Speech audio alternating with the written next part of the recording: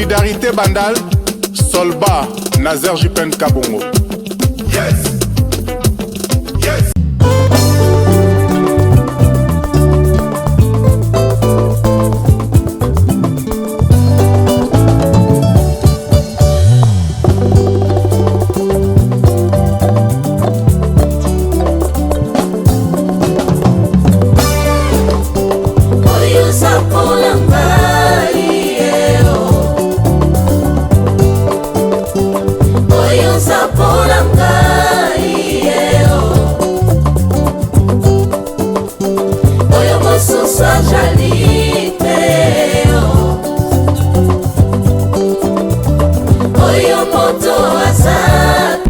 Décembre 1955, 8 décembre 2025, 70 ans de la commune pilote de la ville de Kinshasa, la capitale culturelle de la province ville de Kinshasa.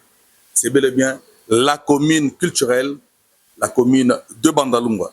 Sur ce, dans notre magazine Kitata la Congo, nous avons l'honneur de recevoir le chef du village, le premier citoyen de la commune de Bandalungwa, à la personne de son excellence, monsieur le bourgmestre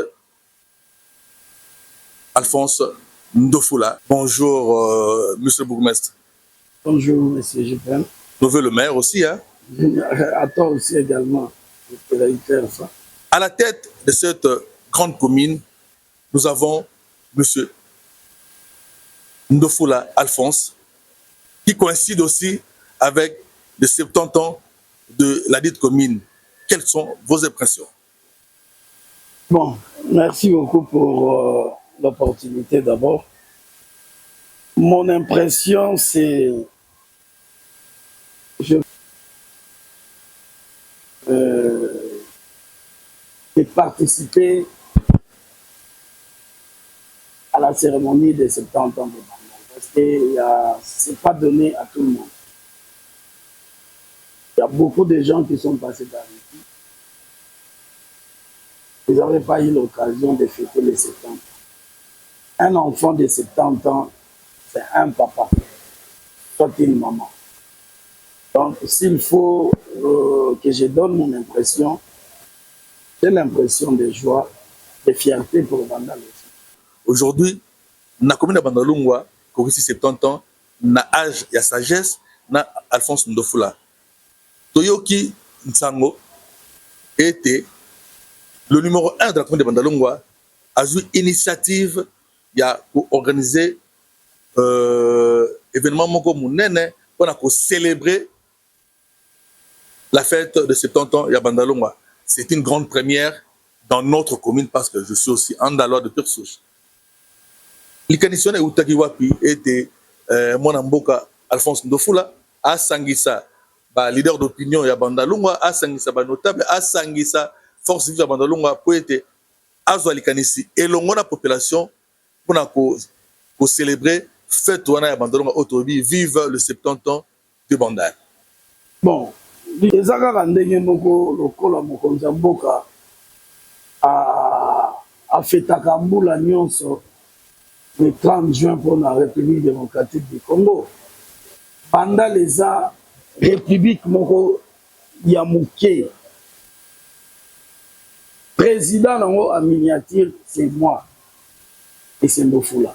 Donc, ce qui anniversaire ya mwana eza, il faut toujours nazwa initiative ya kobenga paike nyonso ya Bandal boya to sangana po totala boni to sala fête na biso. Bandal eza le pongo moko amuke mais eza géant. Eza géant. Bandal eza ko incarner culture ya ville à Kinshasa mo. O bato mona aka na culture bato akendaka mingi na lecture. Non. Musique eza parmi voie ya transmission munene na kati ya culture à travers ba œuvre nango. Ba œuvre nango eza banzembo bato bayimba. Nzembo nyonso bayemba eza na signification nango oyo mutu na mutu atiraka profit na kati. Donc eza ba œuvre d'esprit. donc bandal eza spécialisé dans ba œuvre d'esprit. Tu vois, donc yango permetaki kosangisa bana nyonso ya bandal otosala eloko moko fête oyo toza nango na mokolo ya lundi. S'il faut na anticiper maloba na yo tokobanda na messe l'église à Saint-Michel. Bana nyonso ya bandal tout tendance confondue 11h toza na quatre églises wana. Après messe de grâce, d'action de grâce, tokobima wana fête eza populaire, eza bandal mobimba. Eza na coin moko te oyo kozala awa fête ezala te awa fête. Donc les fêtes eza ya mwana bandal nyonso na baninga bo bazaka pembeni ya bandal baya. Ba voisin na biso. Ba voisin baya. Kolia ekozala ya kofungwama. Fête ezobanda le 8 et kosuka le 25 janvier. Ouvert. Chaque pourquoi fête eza. Ba opena ba kota bandal te. Bazo pas occasion. Bazo occasion ko kota parce que frontière eza te totiki ba frontière ya kofungwama. Mais tozo tirer kaka attention na bana oyo ba dérangeaka. Bakozala peut-être na chance te bazala mal chance. Pour être mesures sécuritaires ils ont mis en place. Ils ont mis en place. Donc, Batunion Sobaroya Bandal pour 70 ans, pas vivre paisiblement, pas fêter paisiblement et puis bazonga pendant qu'on a pas. Donc, ce que nous avons dit, monsieur le maire, le 8 décembre 2025 à 11h, Tobanina na messe, il y a action de grâce. La première paroisse, il y a Bandalungwa, qui a aussi totalisé 70 ans, comme la commune de Bandalungwa. Là, nous citons le paroisse Saint-Michel à Bandal Bisengo. Donc, Tolongwa, à 11h. 11h, après église, après messe, ma réjouissance, et Bandi na Bandal Nyonso, là-bas, coin Nyonso à Bandalungwa. Affirmatif. Soy to bimi na messe. A coin eza ebele. Oyo bato ko kene ko se réjouir. Mais ngai officiellement na commune to se retrouver na terrain Adi. Après messe to se retrouver na terrain Adi pour na fête eza populaire. Donc les notables oyo bakoya na ba VIP oyo bakoya tokotala ndeni tokozwa bango en charge na coin nini ekozala réservé pour na bango comme VIP. Et pour na population nyonso banda lesaleli yo mingi na vi na yo mokolo moko kaka osala fête yaka osala fête na commune na Bandal zala na lomeya na yo masange kozala na prix ya C. Biloko kolie kozala na prix ya C. Atikeli bino espace Adi. Mutu nyonso asomba eloko ne ya kolia ya komela musique eza ofele. Mutu nyonso asepe. Donc pour renchérir Oyo Maloba Oyo, le numéro 1 de la commune de Bandalungwa, Aotiko Pesabiso, les alliés étaient le 8 décembre 2025, 11h, tout ça, bon, na messe, il y a action de grâce, na église Saint-Michel, Tonga Tolongwe, messe, la fête, et bandit na Bandalungwa, mais précisément, na terrain Adi, qui est aussi une référence à Bandalungwa, un terrain historique, parce que les bon espace, il y a réjouissance, il y a population, ils ont la terrain à bas l'été, ils ont espace, il y a réjouissance, il y a population. Il faut trouver barango ils ont intérêt à l'été il y a toujours na espoir qu'on retracer l'histoire ya Bandalungwa. Le numéro 1 de la commune de Bandalungwa a songé que la fête est salamawana et il y aura de surprises, il y aura des artistes qui vont prester, des artistes comédiens et musiciens. Na fonga moi parenthèse moi mokie ndeko Alphonse Ndofula le kinayo manda chante à l'obiété azali bongo produit à Bandalungwa assez été accompagné pe mon colango parce qu'il y a le bien été solo manda zali mon anjili mais manda chante l'artiste maternité na ezali bongo bandalongwa ezali pe occasion pour naye a ko fêter na le numéro 1 elongo olobi boni. Non, non, j'ai salué ça. L'habitant, on va dire que Manda chante a fait cette position, bien qu'il y ait un njili, mais pour me qu'il y ait bandal nde mutebimisa. Maternité na ye. Maternité na ye, zana bandal. Donc, surprise Rosala, il y a ebele. Pamusu tobomi. Donc, les musiciens, oh, va bima la bandal. Parce qu'il y a qu'on produire à table pour une seconde à PAM. Mais tu annoncer et l'autre côté, tout est là. Total. Donc la fête sera totale avec de surprises. Wana, tout le monde peut banner ça, il y a chrétien, tout le monde bongo réseau, il y a pasteur indépendant, il y a RDC, EPC et quand même bongo dans le coup. Ibrahim, bango babi wa kozalana parce que tu banana lo sambo et puis tu continuer na réjouissance ndengezala toujours. Lelo oyo Alphonse Ndofula apparemment koya na bandal et ça la bénédiction. Bandal c'est Paris confirmé par le président français à l'époque de Alphonse Ndofula de Bandal au Stade de France le 3 le 4 Alphonse Ndofula. Et ça, le de Bandal au Stade de France, le 3, et comme sur les 4, Bandalou Mwango, Alphonse Ndofula, le numéro 1. Na artiste na yo Fali. Et ça, nini? Non, et ça, na loba y na début, et ça chance. Et ça, na vie, bénédiction à Kangarote.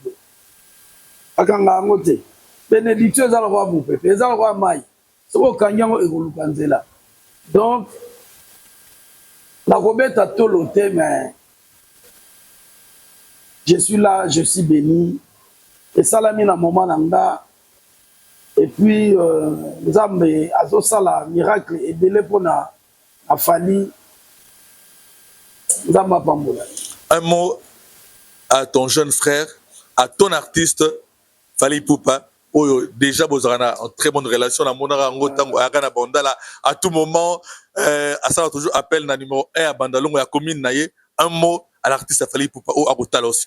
Non, non, non. Je dirais merci à Aigle, à Moutou, à Omboana et là, comme la bénédiction. Donc, ça, à éviter, il y a des fois quand je parle de lui, j'ai des larmes dans les yeux. Donc, moi, de la Katina Tezanati. C'est ça.